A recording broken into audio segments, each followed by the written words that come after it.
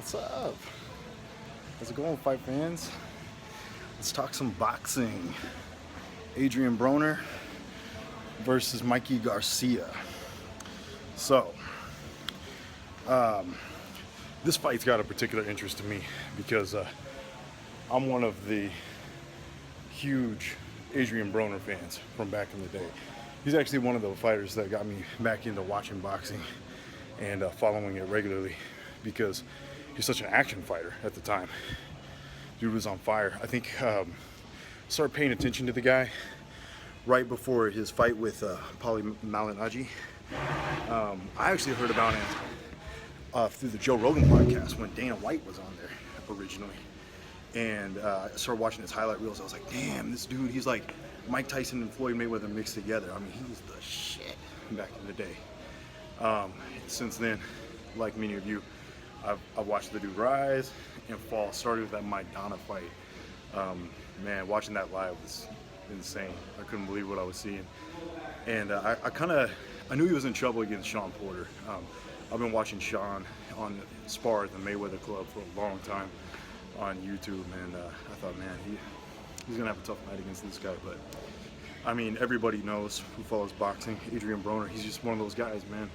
Super talented, but seems can't get out of his own way. Seems to be his own worst enemy. He's been in and out of jail, had all kinds of scandals outside the ring. Rumors are he's not that focused a lot of times coming into his fights, and it kind of shows. I was a big fan of his last fight against the other Adrien guy. It was an action fight. Yeah, it was entertaining, but let's all be honest, he's going to have to do a lot better than that if he's going to stand a chance against Mikey Garcia, which is very interesting to me because he's a significant underdog in this fight. Mikey Garcia is no joke, man. He's one of these guys that I hadn't heard about for a while. His name was being floated around as one of Floyd's potential opponents if he did come back out of retirement. And I don't blame Floyd. Nobody wants none of that. Mikey, I mean, he's got big power. I haven't seen a lot of his fights live, but I've been doing my homework, going back doing my research, watching his fights. There was some talk of him fighting Lomachenko a while back, and that kind of caught my interest. And the dude hits like a Mack truck. He's legit. He's the real deal. So this is going to be a good fight, man. Mikey Garcia, he doesn't back down, man. He's a pretty decent counterpuncher. Obviously, Adrien Broner's game, there's a lot of speed and explosiveness. Counterpuncher as well. It's going to be an interesting one. Call me crazy, but I'm actually going to take Adrien Broner for the upset in this one. I don't know how many of you have been following his sparring videos, his training videos. I don't know how much of it to believe, how much of it is just hype, but he looks really focused. And I've heard him talk in a lot of his interviews lately, and I'm a believer, man. I'm gonna see what he can do, but I'm just as excited as the rest of you guys. And yeah, I'm calling it right now. Adrien Broner. I don't think he'll finish Mikey, but I'll take him for a UD. Yeah, I think he'll get the decision over him. Either way, I can't wait.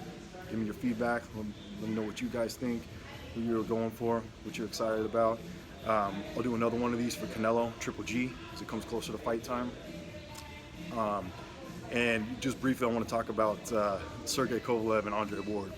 So I've been a big Andre Ward fan. There was a book written back in 2004 called The Fighter's Heart. This guy, Sam Sheridan, he went into all these different fighting camps. He did like Muay Thai, he did MMA, and he just lived in the gym and did whatever the discipline was. And the boxing portion of it was with Virgil Hunter and Andre Ward, when Andre Ward was just making the Olympic team when he was like a real young cat.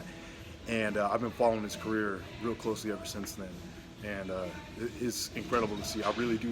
I personally believe he's the pound for pound best fighter, best boxer in the sport right now that is active. Well, obviously with Floyd coming back out of retirement, I mean, that's up for debate, but aside from Floyd. That fight with Kovalev was real cool, man. I was really excited to see him get the win. I know a lot of people are calling foul, low blow, all that. But let's be real. I think most of us can agree he was on his way out. I don't know if he would have gotten finished aside from that, but he was fading quick. So I'm happy that Andre Ward got the win there. I don't think we'll see a third match, but what's interesting is him fighting Anthony Joshua. That's down. That's an interesting fight right there. I know a lot of people are saying he's too big. If Sergey Kovalev can drop him, then what's Anthony Joshua going to do? He's going to knock him out first. I don't know about all of that.